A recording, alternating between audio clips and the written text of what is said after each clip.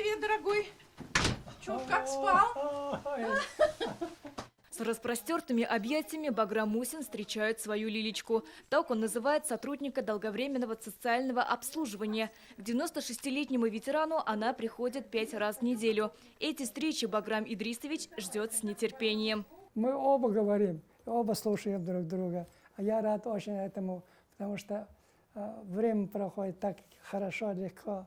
Я счастлив в этом отношении, конечно, что она попала. Не попала, это как-то неудобно говорить, что попала, что назначили ее ко мне. Я рад, очень рад. Я юморной человек, поэтому юмора много, она любит смеяться. Я как раз для меня очень вкусно, самое главное. Да, ну ладно, кушайте. Лилию Токареву определили к ветерану в мае. С тех пор на столе Баграма Мусина только горячие блюда. Сегодня его любимые – овощное рагу с рисом. Ветеран почти не видит, поэтому помощь на дому ему очень нужна. Лилия Токарева ежедневно здесь проводит 3 часа. Готовит на целый день, наводит порядок, измеряет давление, помогает с гигиеническими процедурами. Она тут, ты смотришь, она уже там. Ну, быстро, все бегом, все быстро, все аккуратно, все вкусно, все, ну, в буквальном смысле, я в раю, в общем, в раю. Когда начинаю готовить, он тоже со мной на кухне.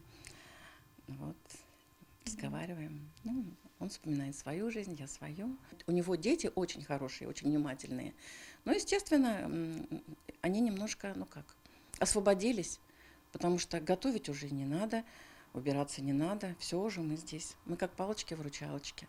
Баграм Мусин ушел на фронт в 43-м. Участвовал в советско-японской войне. Был ранен в руку. Инвалид Великой Отечественной.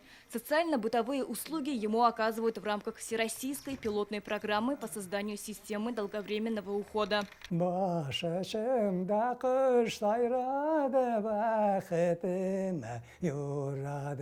отделении Советского района Центра соцобслуживания сейчас числится 22 сотрудника. На их попечение 234 пожилых. При реализации системы долговременного ухода есть школа ухода. Мы каждый месяц приглашаем поликлиники, медперсонал, нас обучает, как оказывают услуги, как правильно ухаживать за пожилым человеком. Обучают также, как оказывать реабилитационные услуги, как заниматься с нашими подопечными. Пилотный проект по созданию системы долговременного ухода за пожилыми и инвалидами, нуждающимися в посторонней помощи, реализуется в Татарстане с 2019 года. На него из федерального и республиканского бюджетов выделено 344 миллиона рублей. Участие в проекте принимает 83 учреждения соцобслуживания и 93 медицинских организации. Сирина Сахапова, Владимир Гурьянов, ТНВ, Казань.